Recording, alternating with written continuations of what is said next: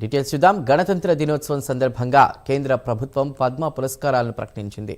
కళలు, సామాజిక సేవ, ప్రజా సంబంధాలు, శాస్త్ర, సాంకేతికం, వాణిజ్యం, పరిశ్రమలు, వైద్యం, సాహిత్యం, విద్య, క్రీడలు, సివిల్ సర్వీస్ రంగాల నుంచి 5గురికి పద్మ విభూషణ్, 13 మందికి పద్మభూషణ్, 113 మందికి పద్మశ్రీ పురస్కారాలు దక్కాయి.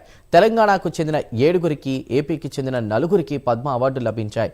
ఇక బాలీవుడ్కు విశేష సేవలందించిన సినీ నటుడు ధర్మేంద్రకు మరణాంతరం పద్మ విభూషణ్ ప్రకటించారు.